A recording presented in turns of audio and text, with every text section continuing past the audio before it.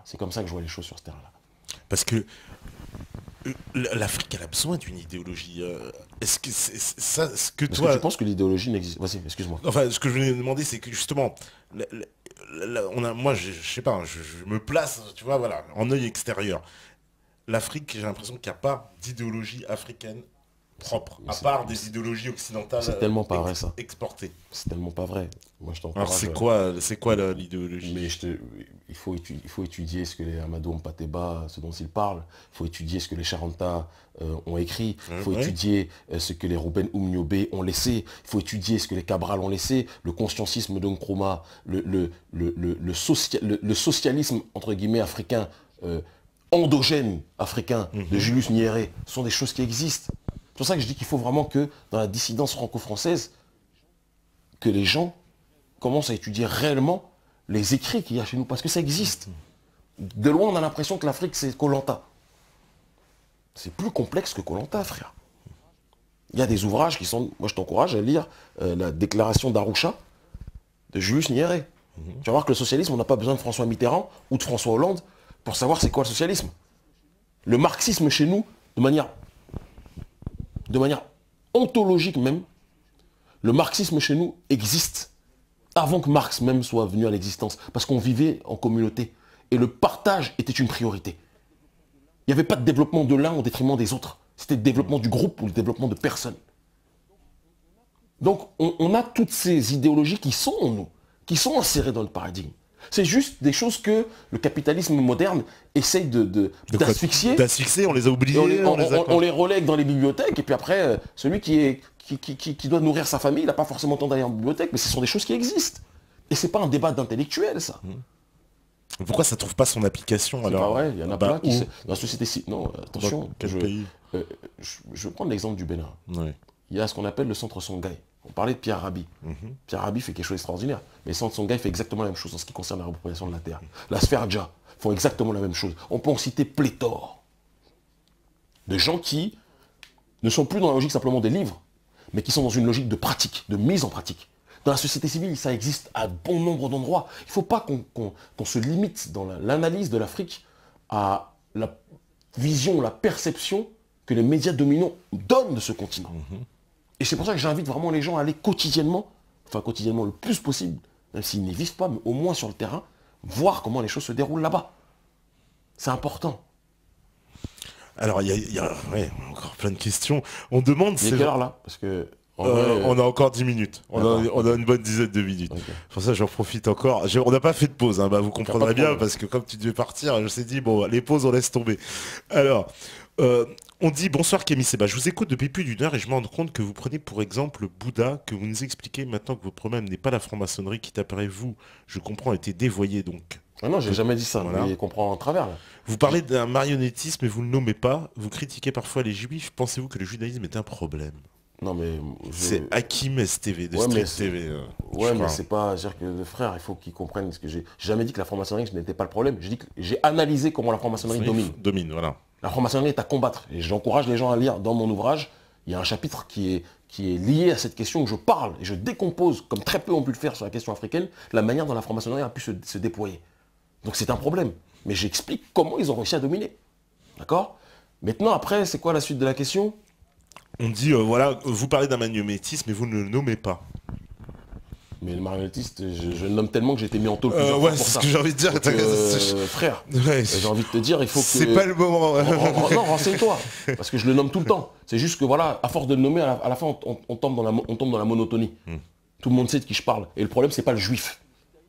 Parce que le judaïsme lui-même, dans ses textes, le judaïsme, c'est pas le Talmud. Le judaïsme, c'est pas le Talmud. Comme l'islam, c'est pas forcément le wahhabisme. Tu vois ce que je veux dire? Comme le christianisme, c'est pas forcément le Ku Klux Klan. Là, je suis parti d'un parallèle à l'autre, mais ils peuvent tous se revendiquer des livres, mais ils peuvent être aussi des gens, spirituellement parlant, indigents. Tu vois? Maïmonide, le guide des égarés, quand il parle du noir, si c'est ça le judaïsme, je suis contre ça. Mais c'est-à-dire que tous les juifs ne sont pas forcément dans cette démarche-là. Moi, ce qui me pose problème dans ceux qui se disent religieux souvent, aujourd'hui, c'est la manière dont ils sont capables de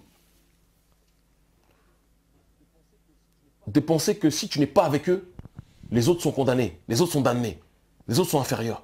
Moi, il n'y a personne qui est supérieur à personne qui est inférieur. Ça, c'est pas ce que TF1 va dire, parce que TF1 va dire que je suis un suprémaciste noir. C'est pas ce que BFM va dire. Mais je le dis, personne n'est supérieur. Il y a des grands, des petits, tout ce que tu veux, mais on fait tous partie de l'humanité. Quand quelqu'un me dit il est le peuple élu, je lui dis garde la pêche, comme dirait l'autre, parce que, ou le noyau, parce qu'il n'y a pas, personne n'a voté pour toi. Personne n'a voté pour que tu sois élu. Donc ne dis pas que tu es le peuple élu.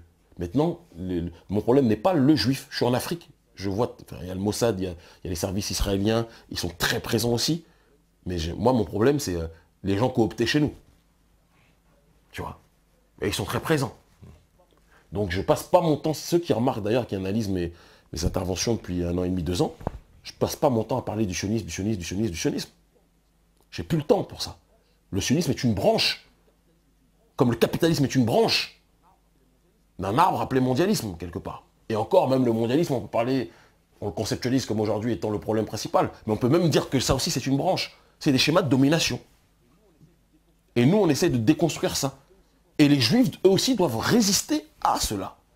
À la dernière conférence à Marseille, il y avait un papa juif, un aîné, crâne rasé, qui m'avait déjà vu il y a quelques années, qui était déjà venu à mes conférences, qui nous soutient énormément. Il y a des juifs qui nous soutiennent. Mais je dis que si tu es dans une logique où tu penses que Maïmonide a raison, tu lis le guide des égarés, je pense que tu t'égares toi-même. C'est ça que je dis.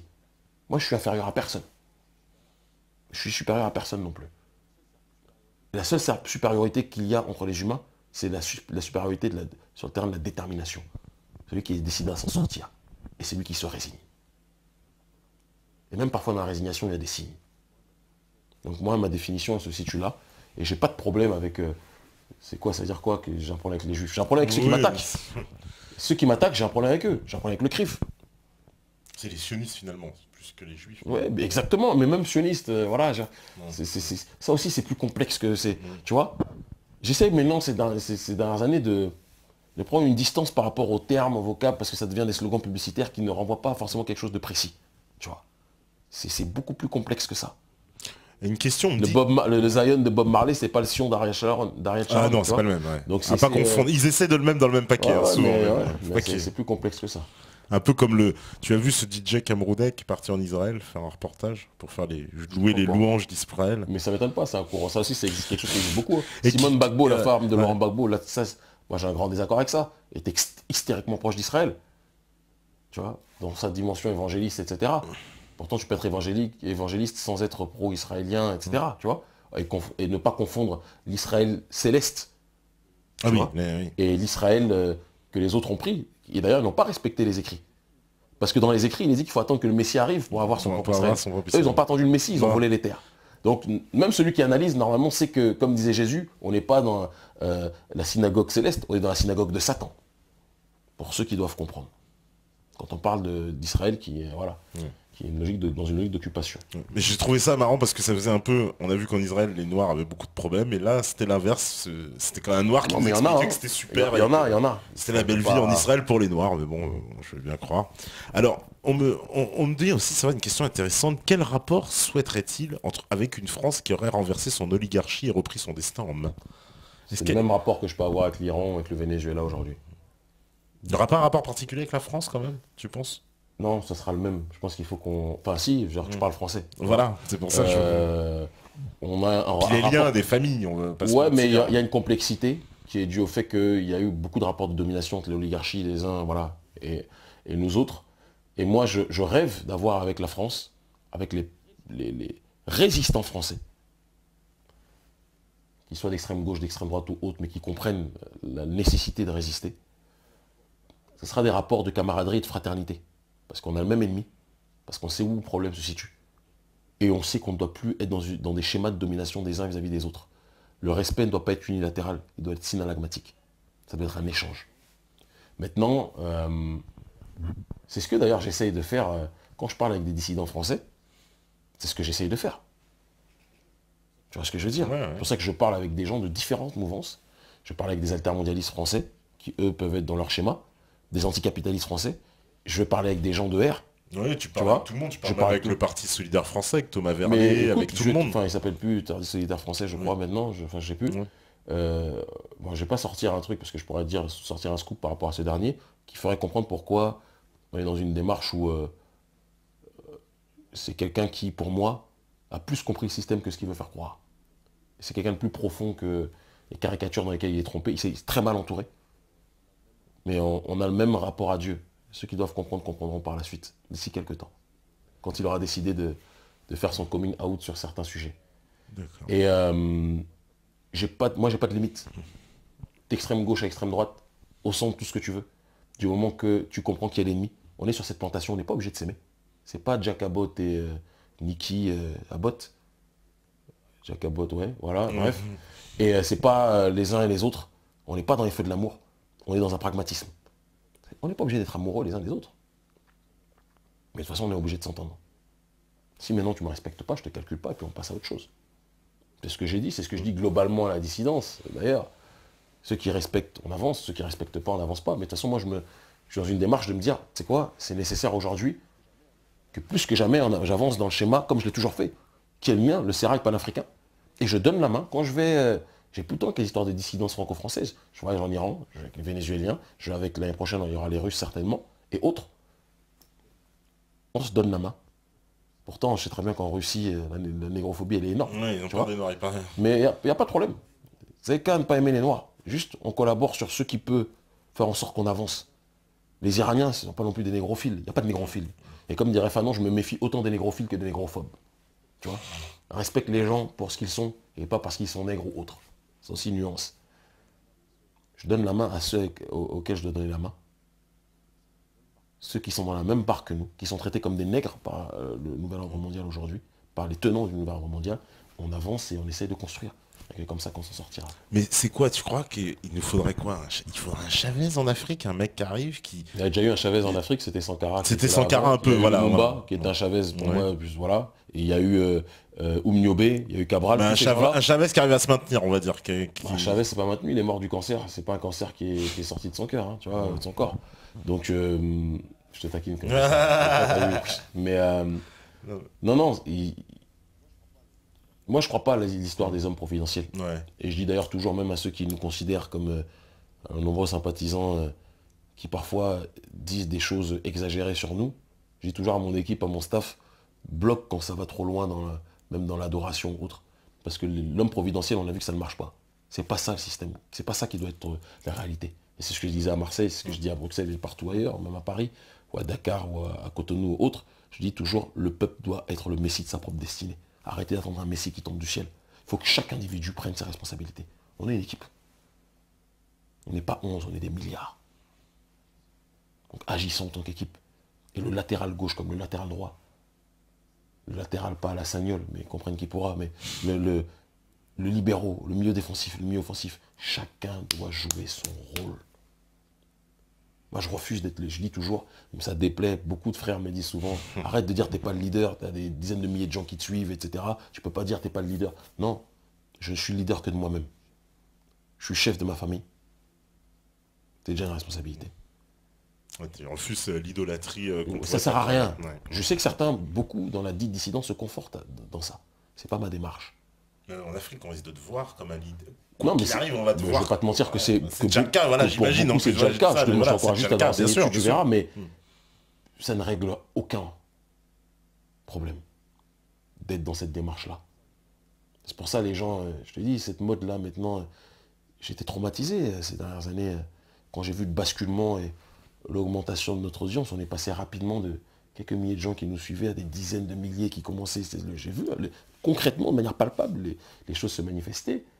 Et je refuse les gens qui vont dans la rue, Camille, c'est ridicule. Quand je dis ça, c'est pas dire que je n'aime pas ceux qui le font. C'est mes frères et sœurs. De couleur ou de douleur, je le dirai jamais assez. Mais c'est à la fin du bal qu'on paye les musiciens. Et on n'a rien gagné là. On est en train de construire. Donc qu'on revienne tous à cette logique où on s'écoute, on se parle. Le clochard dans la rue, il peut te donner des enseignements. Le fou, celui que tu dis fou, à l'hôpital psychiatrique, il peut te donner des enseignements. Tu vois. Donc c'est ce à quoi on doit réfléchir. Alors, je vois un petit peu les dernières questions. Je vois un mec, vu, un troll qui me dit en dehors de la dialectique, c'est quoi le projet précis? Ben, je Ah, t'encourage à te renseigner en Afrique. c'est même pas ta Attends. TV, c'est un troll. Après. Ouais, mais moi j'aime bien détroller les trolls. Et je lui dis juste, je l'encourage à voir concrètement ce que je fais, qu'ils viennent avec moi une semaine. Voir sur le continent africain en termes de développement par rapport aux enfants. Que ce soit par rapport à la logique de la réappropriation de la terre. Que ce soit par rapport à mes liens au Bénin avec la sphère Dja et autres, ou le développement d'éco-villages. Ce qu'on est en train de faire. Qu'ils viennent un peu. Voir ce qu'on fait sur le terrain. Les gens partent dans leur confort avec leur bucket KFC et viennent me raconter, en dehors de la dialectique, c'est quoi le projet précis. Qu'ils viennent regarder. Parce que les gens, je crois, le clavier, ça donne des forces des fois. Mais le réel, ça fait perdre du poids. Tu vois. Donc je l'encourage à venir voir. C'est pas mal, je vais ressortir celui-là. Alors, je comprends pas les levées de boucliers pour les Blancs en Afrique aux Antilles. C'est quoi la peur d'un retour de flamme? Les Noirs ont raison de se retourner contre les Blancs. Je comprends pas pourquoi il me dit ça. Je comprends. Le lever de bouclier pour les Blancs en Afrique. Ah bon? Non, tu t'es pas opposé. T'as dit que les Blancs vivent entre eux, c'est tout. Écoute, les Blancs vivent entre eux. À Sali, ils prennent des petites souvent de 17 ans, quand ils en ont 60. Mais ça, c'est théorie sexuelle, c'est économique, c'est pas racial. Même si ça revêt une connotation raciale. Il y a des Blancs qui se donnent, j'en connais, pour contribuer au développement aussi du continent. Il faut le dire. Il ne faut pas non plus être... La seule chose que je dis, c'est que je refuserai toujours que le Blanc donne le tempo dans la manière dont l'Africain doit se comporter. Ceux qui veulent nous soutenir le peuvent. Mais ils ne vont pas conduire la voiture. Ça, c'est clair et net. Ça, c'est clair et net. L'Africain au XXIe siècle, ça ne sera pas ça son projet. Et si ça peut l'être dans certains endroits, ça ne sera pas dans la globalité. Non mais le Blanc, il est un peu trop conduit aussi. Il est temps qu'il laisse la place de chauffeur, j'ai envie de dire. On ne lui laissera pas le choix. Ouais. Oui, parce qu'il va falloir le braquer. Et paiera le ticket. Parce pour que quand monter même, dans le bus. Il y a un fond, et ça je sais que toi, tu vas être d'accord avec ça, mais cette fameuse liberté africaine, cette fameuse indépendance africaine, c'est une indépendance viciée. Elle s'obtiendra que par la force. Bien sûr, mais bien sûr, mais après la force c'est un processus. Oui, voilà. Et la force c'est un processus. La force, c'est comme un arbre avec plusieurs branches, tu vois. Il faut que différents secteurs d'activité soient opérationnels. Si c'est que la force physique, on l'a vu les révoltes, ça ne résout rien. Ça résout rien. Tu vois. Si c'est que la force idéologique et qu'il n'y a que des idéologues de salon mais qui ne mêlent pas le terrain à la théorie, ça ne résoudra rien non plus. Donc ça doit être une synthèse de toutes les branches, tu vois. Et pour vivre dans la société civile au quotidien, en Afrique, je peux te dire que c'est en train de prendre forme tout ça. Et c'est pour ça que les ONG mondialistes viennent comme jamais auparavant et n'ont jamais été aussi présentes qu'actuellement sur le continent africain. C'est pas un hasard. Tu vois. C'est pour contrer, toi, tu vois. Parce qu'elles savent, mais bien sûr, et il y a un rapport prospectif dont je parle dans Black Nihilisme, et qui a été repris par Jeune Afrique aussi, où il y a une note des services français qui parle de l'inquiétude qu'ils ont. Je reviens toujours. Et ce que les services français disent, les services américains le disent aussi, cette inquiétude qu'ils ont de voir les Africains reprendre leur propre destinée, se réapproprier leur propre patrimoine, politique, culturel et autres, monter des sentiments patriotiques ou de fierté continentale. C'est une inquiétude qu'ils ont. Et envoyer les ONG pour nous remplir le ventre. On dit, il y a un slogan qui dit ventre plein, nègre content. C'est un slogan qui nous ont, et malheureusement qui marche dans beaucoup de cas. C'est un slogan qu'ils ont propagé qui marche dans beaucoup de cas. Mais aujourd'hui, il y a des gens qui sont prêts à jeûner. Qui sont plus dans la logique du ventre plein, nègre content. Il y en a qui sont prêts à jeûner, j'en connais beaucoup. J'en connais énormément. Énormément. Et ça va continuer. Bah, c'est une bonne nouveauté. Hein. C'est-à-dire qu'en fait, là, tu es en train de nous expliquer qu'il y a un réveil en Afrique. Clairement, pour toi, que tu l'as identifié, il y a un réveil. Il y a un réel concret. Ouais. Mais s'il n'y avait pas de réveil, on m'aurait jeté que j'aurais même pas pu accéder à là où je suis moi. On m'aurait jamais laissé parler. Puisqu'ici, on veut nous caricaturer en disant qu'on est ostracisé, on parle toujours de groupuscules, alors qu'il y a des milliers de gens qui nous suivent, etc. Si le réveil n'était pas présent dans différentes sphères, et pas qu'à la base, mais on ne pourrait même pas parler. Il faut qu'on soit très clair. Mais aujourd'hui, il y a des rebelles dans des secteurs d'activité que tu ne peux même pas imaginer. Il y a des rebelles. Mais certains n'ont pas forcément le courage de parler. Il faut qu'il y en ait qui aient le courage de parler, qui puissent être des détonateurs. Je ne suis pas le seul. J'en fais partie, il y en a d'autres. Mais les choses sont en train de changer, Ça quoi, bouge, à bien sûr. à grands pas. Ah ouais, c'est pas BFM ou un œil sur l'Afrique de France 2 du feu Benoît Duquesne. Alors, on me dit, dans la même logique antimondialiste que la vôtre, ne considérez-vous pas que les peuples européens devraient se replier sur eux-mêmes de manière à recouvrer une certaine homogénéité ethnique plus propice à une cohésion sociale harmonieuse? Mais écoute, souvent les gens veulent lier, ils ont toujours cette logique de me catégoriser comme racialiste ou autre, veulent dire il y a racialiste noir, racialiste blanc. Moi je suis pas racialiste, c'est pas le message, ça veut rien dire pour moi. Maintenant, je pense qu'il y a des foyers civilisationnels précis dans chaque peuple. Il faut que les peuples se reparlent entre eux. Ça ne veut pas dire qu'ils doivent être fermés aux autres. Moi, mon but n'est pas que les Africains soient fermés aux autres. Il ne faut pas que les Européens, les Caucasiens, les Occidentaux soient fermés aux autres. Mais il faut que chacun revienne aussi à ses racines, c'est important. Bien sûr, moi je peux comprendre ça. Après, je me méfie parce qu'il y a toujours un schéma de domination chez certains, pas chez tous, mais chez certains, dans la mouvance, qu'elle soit identitaire, patriote ou autre, il y a les relais et les relents de la colonisation qui sont encore une fois présentes. Une vision parfois suprémaciste, contre laquelle il faut lutter, contre laquelle eux-mêmes doivent lutter. Ils doivent lutter contre leurs propres démons. Parce que ça, c'est leur problème, c'est pas notre responsabilité. Mais moi, je comprends parfaitement que des Français, moi, la montée du patriotisme, a fortiori en temps de crise, c'est pas quelque chose qui me surprend. Ça ne veut pas dire que je tolère le FN, j'en ai strictement rien à cirer du Front National. Marine Le Pen me fait pitié. Tu vois, elle me fait pitié, elle s'aligne comme les Geert Wilders et comme tous les pseudo-patriotes qui s'alignent contre Israël. C'est le patriotisme toléré. Le vrai patriotisme indépendant, il est combattu. Mais je comprends que les peuples occidentaux veulent se parler. Et moi, ça ne me choque pas, je ne veux pas pleurer parce que les peuples occidentaux veulent... ils veulent être entre eux, ils veulent pas accepter... Moi, c'est pas quelque chose qui me choque. Soyez entre vous, c'est pas un problème. Il faut qu'on soit aussi entre nous. Il faut que chaque peuple se retrouve pour pouvoir se parler. C'est important. D'accord. Bah, écoute, on arrive à la fin parce que je sais qu'il y a ton taxi qui t'attend. Il est là, il est quelle heure là? Il est minuit. Ah oui, putain. Mais ça passe vite, c'est Ouais. comme ça ici, on s'aperçoit pas du temps à chaque fois. Donc, bah écoute, allez, on en reprend une petite question. Est-ce que le panafricanisme est-il compatible avec les fondements de l'islam? Ah bah tiens, ça c'est une bonne question. Alors je vais être très... Attends. Est-ce que le panafricanisme est compatible avec les fondements de l'islam? Alors qu'on parle clairement, moi là je parle politique. Les gens parlent de religion. La religion, ça concerne, en ce qui me concerne, la sphère privée. D'accord? Je ne fais pas partie des gens qui parlent de... Parce que les gens qui parlent de religion, après t'apprends, ils font des trucs de dingue. Dans le privé, il faut se méfier. Moi, mon projet, il est politique. Tu as vu, il y a Itar et Ramadan. J'ai pas aimé d'ailleurs le procédé. Il y a une femme qui est partie parler sur lui, etc. oui, voilà, oui, etc. Après, tu apprends que c'est pas halal, tout ça, comme dirait l'autre, c'est pas halal, c'est caramel. Hein, on va dire ça aussi. Tu vois, je me méfie des gens qui parlent religion. Moi, je parle du panafricanisme. Et sous l'égide du panafricanisme, il y a des chrétiens, il y a des musulmans, il y a des rastas, il y a des athées. Moi, je parle de traditionnalisme parce qu'à travers le pérennialisme, pour ceux qui doivent comprendre ce que disait René Guénon aussi, on arrive à toucher la sève du problème et la sève de la solution. Et quand on sait quel a été l'itinéraire de René Guénon, ça devrait donner une réponse à la question du monsieur, quand il voit que j'utilise justement ce paradigme-là. Donc voilà. Ok, bah écoute Kémy, merci, merci d'être venu ici. C'est moi qui te remercie. Ça fait longtemps, voilà, et la première fois tu devais venir en fait le jour où effectivement tu t'es fait interpeller. Ah ouais, c'était ce jour-là? Ah oui, Oui, c'était l'émission, elle était le lendemain je crois, ouais, c'est ça. Ils en ont décidé autrement, mais comme on dit, l'homme fait ses plans, mais Dieu est le meilleur des planificateurs, tu vois, comme le disent les livres. Et c'est un recul qui nous a permis de mieux sauter. L'incarcération m'a absolument pas abîmé. Je le dis, il faut qu'ils sachent. Hein.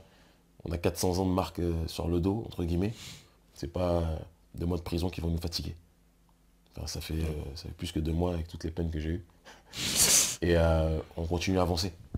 Et je veux vraiment que les gens, quelle que soit leur couleur de peau, comprennent que personne ne va leur donner la liberté. Il faut que chacun puisse être capable de la conquérir. Et pour cela, il faut être capable de reconquérir sa propre terre, son propre univers, son propre paradigme, ses propres valeurs. Ça ne veut pas dire revenir à l'époque de Mathusalem, mais revenir à une époque, à une étape où nous sommes dans notre monde réel, où nous avons nos propres traditions, nos propres valeurs. Et les traditions se rejoignent dans une tradition, une supra-tradition, qui est la tradition primordiale. C'est important que les gens cogitent dessus parce que c'est la seule façon de résister au mondialisme. Et je passe la paix, si vous le permettez, à des artistes. On y va. Parce qu'il y a beaucoup de gens qui aiment critiquer le hip-hop. C'est devenu, j'ai l'impression, beaucoup de névrosés sont ce délire-là aujourd'hui. Ça me fait sourire.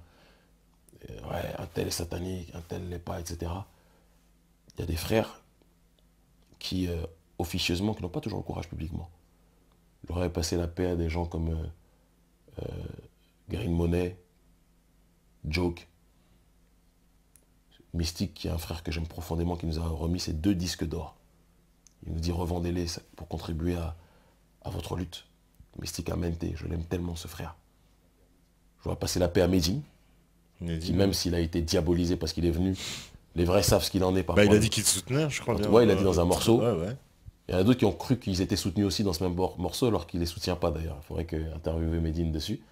Parce qu'il décrypte. Il faut voir Rap Genius, il décrypte bien. Et un certain nombre d'autres rappeurs qui m'ont demandé explicitement, eux, de ne pas les citer, parce qu'ils vont avoir des ennuis.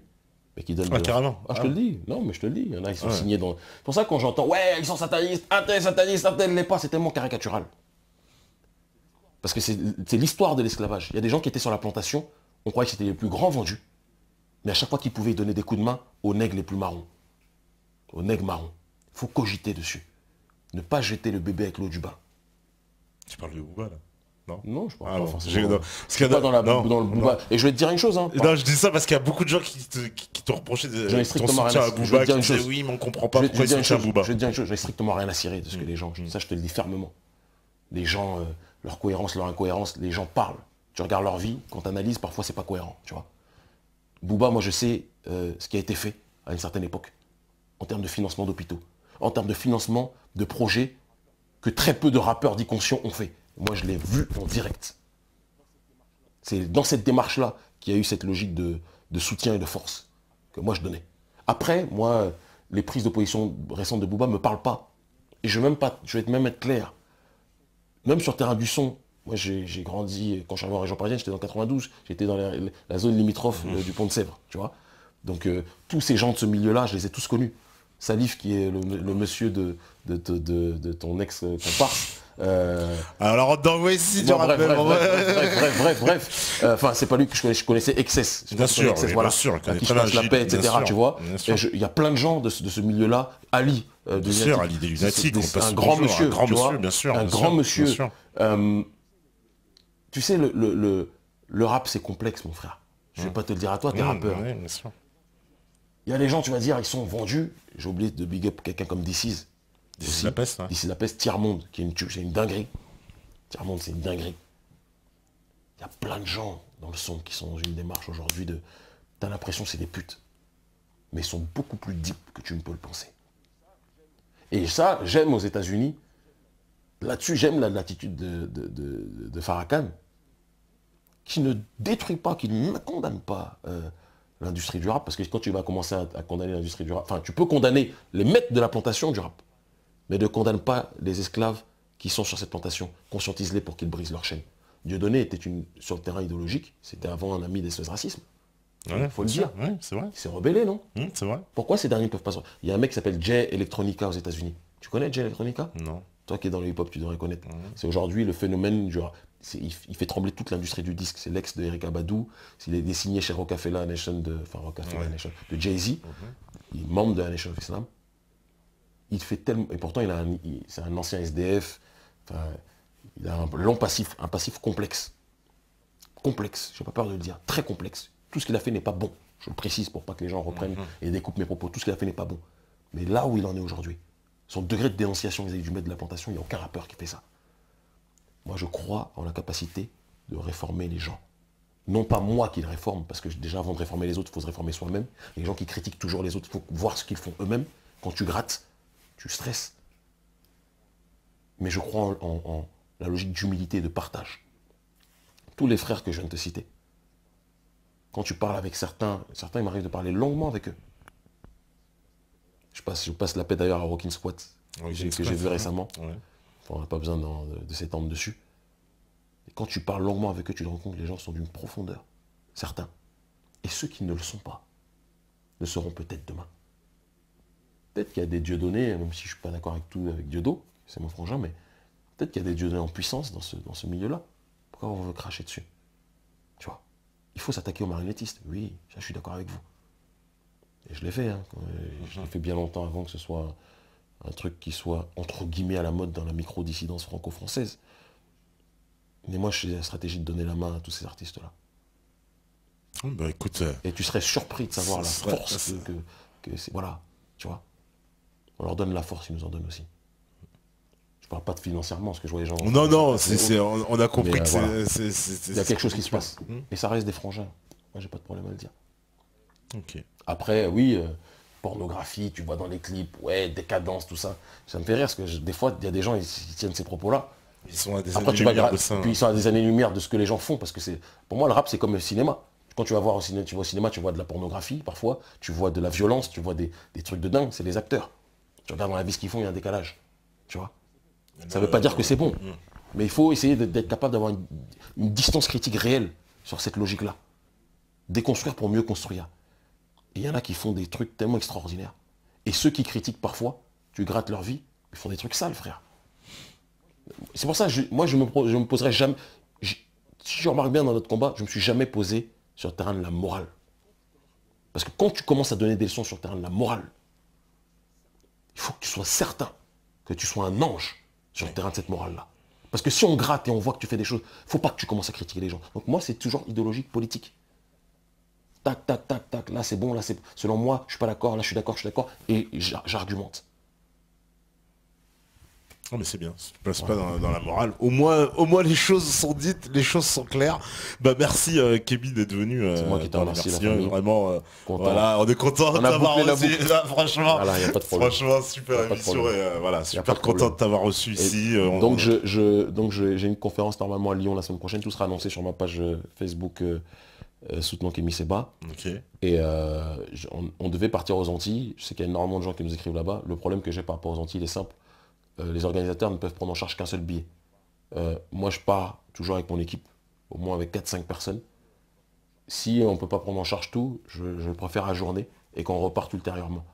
Je pars avec mon staff, c'est quelque chose qui est important pour moi. Bien sûr. Partout, maintenant. C'est la décision que j'ai prise, parce que je sais que la vie va vite. On ne sait pas ce qui peut se passer à différents endroits. Donc c'est la démarche qui est la mienne. Mais je retrouverai les Antilles très prochainement. Et je rentre donc sur la Terre-Mer le 15 décembre. Et ton émission qui reprend donc... L'émission reprend à la fin du mois et moi je rejoins l'équipe. Et toi tu rejoins l'équipe vers la mi-décembre. D'accord. Voilà. Donc on va te revoir, bah écoute... Voilà, sortir un certain nombre de propos. Puis j'écris tellement de chroniques en prison aussi qui sont intemporelles. D'accord, bah écoute, bonne chance, voilà. Bonne continuation en Afrique. Nous on se retrouve... Et en Occident. Et en Occident, bien sûr. Je suis sur 2 tableaux. C'est vrai que t'es sur les 2 tableaux. Voilà. Et puis voilà, toujours ton livre aussi, on peut le rappeler. Black Nihilisme. Le tome 2, donc ce qu'il y avait Supranégritude d'abord, et le prochain qui est déjà en bonne voie, j'écris la nuit. D'accord. Sortira normalement en juin prochain, tome 3. En plus t'es prolifique, prolixe, bah dis donc, bah bravo, bah écoute, merci beaucoup.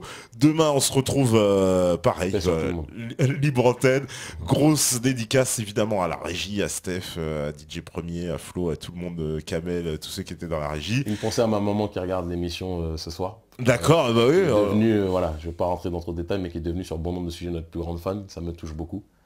Et qui nous regarde tout le temps à la télé d'ailleurs, elle a le câble, donc elle regarde tout le temps. D'accord, donc elle a pu regarder ce soir, tu penses qu'elle a... Ouais, enfin là, il est quelle heure? Il est tard un peu, mais... C'est un peu une ancienne, mais si la connexion est bonne là où elle est, je pense qu'elle a regardé, elle m'a dit qu'elle ferait tout pour regarder, donc voilà. Dédicace à toute la famille, dédicace à nos enfants qui nous regardent, le petit roi. D'accord, bah, grosse dédicace aussi à tous les Africains, on va en profiter puisqu'il y a beaucoup d'Africains qui nous regardent. Hein. On nous regarde beaucoup en Afrique, je te dis, cette émission-là a été beaucoup regardée en Afrique. Particulièrement, on a une mention spéciale aux Ivoiriens qui sont les plus nombreux. Les Ivoiriens sont déterminés.